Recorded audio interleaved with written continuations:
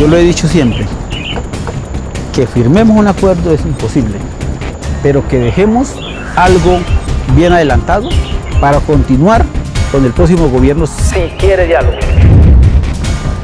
A Alexander Díaz Mendoza, alias Calarcá, lo acusan de homicidio, extorsión, reclutamiento de menores y de operar uno de los corredores disidentes más estratégicos de Meta. Pero hay un dato poco conocido. Informes reservados de la fuerza pública, citados por la Fundación Ideas para la Paz, lo describen como uno de los mandos medios más disciplinados y silenciosos del bloque disidente. En 2024, su captura fue presentada como un golpe histórico, pero horas después, un juez lo dejó libre por supuestas irregularidades en el procedimiento, una captura celebrada, una liberación polémica y un vacío de respuestas.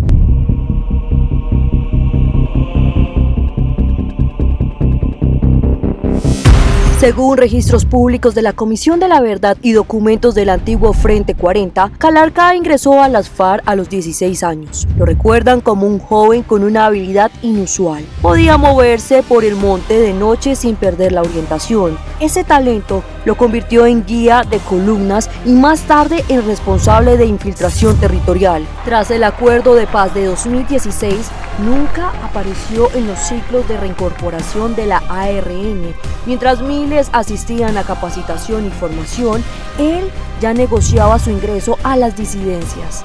Las disidencias de las extintas FARC son una mezcla de personas o combatientes con diferentes orígenes.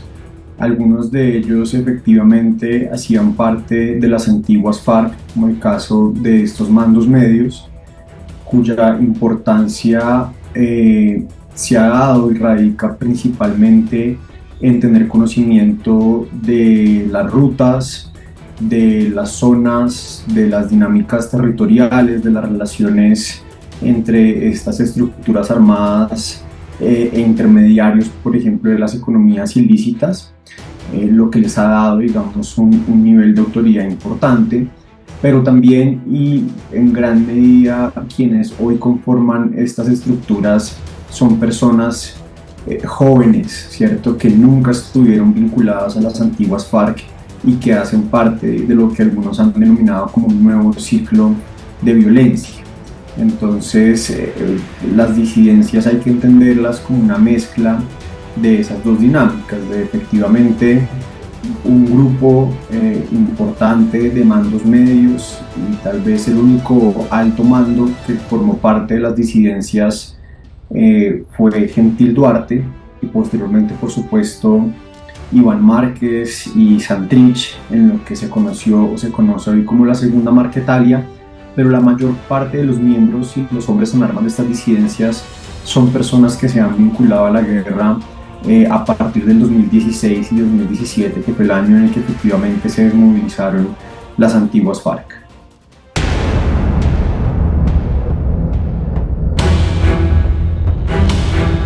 Calarcá opera bajo un sistema de microcélulas, equipos pequeños que se mueven cada 48 horas, un método documentado por Nisai Crane y la FIT como una de las razones por las que las disidencias son tan difíciles de rastrear. Durante su captura en 2024 se encontró una libreta con listas de presuntos extorsionados, transportadores, ganaderos, comerciantes, pero según abogados del caso, ese cuaderno nunca llegó formalmente a la fiscalía, un indicio que debilitó la imputación. Al llamado que le estamos haciendo, si usted no está dispuesto a dialogar con nosotros, me dice compañero para darle la oportunidad para que usted recoja lo que más pueda y se desplace voluntariamente inmediatamente del municipio y del departamento para que lógicamente compañero por acá no tenga que presenciar pérdidas materiales o pérdidas humanas. Si bien antes las antiguas FARC eran un jugador principal dentro de la economía transnacional del narcotráfico, porque además tenían un control territorial importante y de alguna manera eran un grupo armado con una presencia y una capacidad nacional, hoy el mundo del crimen en Colombia está mucho más fragmentado. Si miramos el caso de las disidencias de las FARC, pues Calarcá viene de lo que antiguamente se conocía como Estado Mayor Central, que estaba al mando de Iván Mordisco. Posteriormente se da una ruptura con Iván Mordisco tras la muerte de Gentil Duarte, que era como el líder de todas estas estructuras, y Calarcá queda liderando lo que hoy se conoce como el Estado Mayor de Bloques y Frentes, una parte o una disidencia de la disidencia, valga la redundancia, de las extintas FARC. Y asimismo, el rol del crimen organizado colombiano a nivel global, digamos, ya no es el mismo rol que tuvieron en su momento el cartel de Medellín o el cartel de Cali o las extintas FARC. Aún, por supuesto, Colombia sigue siendo el principal productor de clorhidrato de cocaína en el mundo, sobre todo pues, en un contexto como el del gobierno actual, donde las hectáreas siguen creciendo, alrededor de 300.000 hectáreas, pero los grandes jugadores e intermediarios de la criminalidad internacional ya no son los colombianos. Por ejemplo, ahí tenemos los carteles mexicanos jugando un papel fundamental.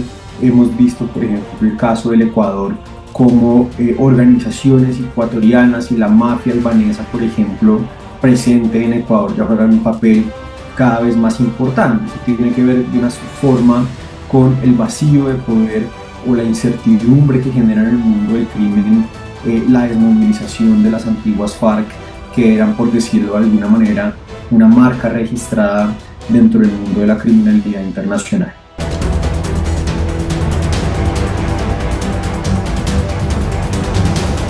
El operativo fue coordinado entre ejército y policía. Según fuentes abiertas del Ministerio de Defensa, hubo 2 semanas de seguimiento satelital. Lo atraparon entre Meta y Guaviare cuando se separó de sus escoltas, pero la detención cayó en el punto más delicado, la audiencia. La defensa alegó inconsistencias en la ubicación exacta del operativo y vacíos en la cadena de custodia. Resultado, libertad inmediata. Esta liberación de Calarcá y de los mandos de esas estructuras en el caso de Antioquia, con el Frente 36, que posteriormente también se une con lo que hoy conocemos como Estado Mayor de Bloques y Frentes, se da sobre todo por una desarticulación entre la política de paz total en el marco de este gobierno de Gustavo Petro y la política de seguridad.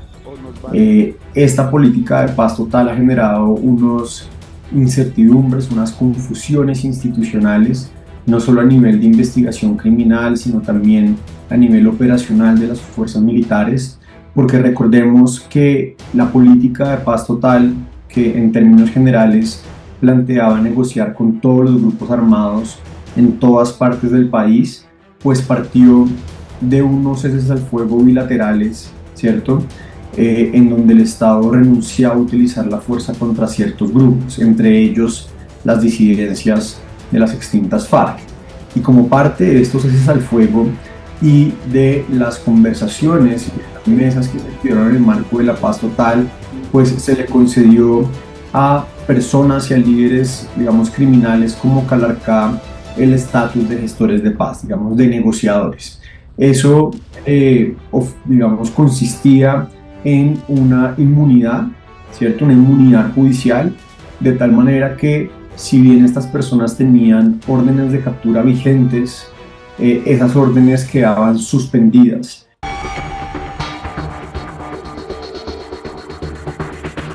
Desde su liberación, informes de las autoridades departamentales indican un incremento del 40% en los movimientos armados en zonas donde operaba. No es coincidencia. Datos documentados por Indepaz y redes comunitarias del Meta señalan que habría reactivado una red de milicianos locales conocida como los Patianos, que él mismo formó entre 2008 y 2012. Su capacidad de movilidad sin teléfonos, sin campamentos fijos, sin placas visibles, lo convierte en un fantasma difícil de rastrear. O muchas veces, sencillamente, estos grupos intermedios, estructuras como las que mencionas de los Patianos, cumplen funciones muy específicas, por ejemplo, de testaferrato, por ejemplo, de tráfico de armas, de provisión logística al grupo más grande, o sencillamente son subcontratados en el marco, pues, de estas operaciones ilícitas.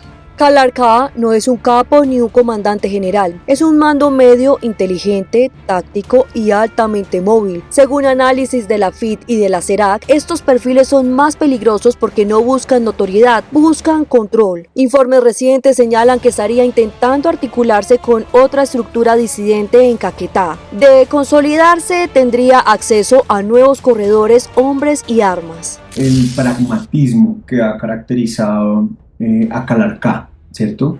Calarcá y el liderazgo de Calarcá es un liderazgo que ha sido capaz de reconciliar el hecho de estar sentado con el gobierno en una mesa de conversaciones, firmando acuerdos parciales relacionados, por ejemplo, con provisión de bienes públicos para las comunidades, con acuerdos de transformación territorial, acuerdos ambientales, acuerdos de transición económica hacia economías lícitas, pero eso Calarcá lo ha sabido conjugar con el desarrollo de su estrategia de expansión militar y de expansión territorial. Por eso, aunque en su momento se pensaba que al fracturarse el Estado Mayor Central, Iván Mordisco quedaba con la mayor capacidad militar de esa estructura antiguamente conocida como Estado Mayor Central, podríamos decir que la estrategia de Calarcá ha sido exitosa en recoger estructuras de las disidencias que estaban regadas en diferentes partes del país y llevarlas a una suerte de sombrilla organizativa bajo esa idea de Estado Mayor de bloques y frentes. Es el caso, por ejemplo, de lo que ha pasado en Catatumbo con el Frente 33 y el bloque Magdalena Medio, que hoy en día hacen parte del Estado Mayor de bloques y frentes. Es lo que ha pasado con las estructuras de Antioquia y el Magdalena Medio también, que hoy en día son parte de esta estructura de Calarcá, y lo que estamos viendo en el caso de la Orinoquía y la Amazonía colombiana, pues es una guerra entre Calarcá e Iván Mordisco. La historia de alias Calarcá revela un patrón: capturas que se celebran, procesos que fallan y mandos que vuelven al territorio más fuertes. No es un caso aislado, es un síntoma del conflicto actual. La pregunta es, ¿crees que Calarcá volverá a ser capturado o estamos presenciando el ascenso silencioso de un nuevo líder disidente que se fortalecerá mientras el Estado intenta alcanzarlo? Déjanos tu opinión en los comentarios, suscríbete si quieres más contenido como este y no olvides activar la campanita. Nos vemos en el próximo episodio.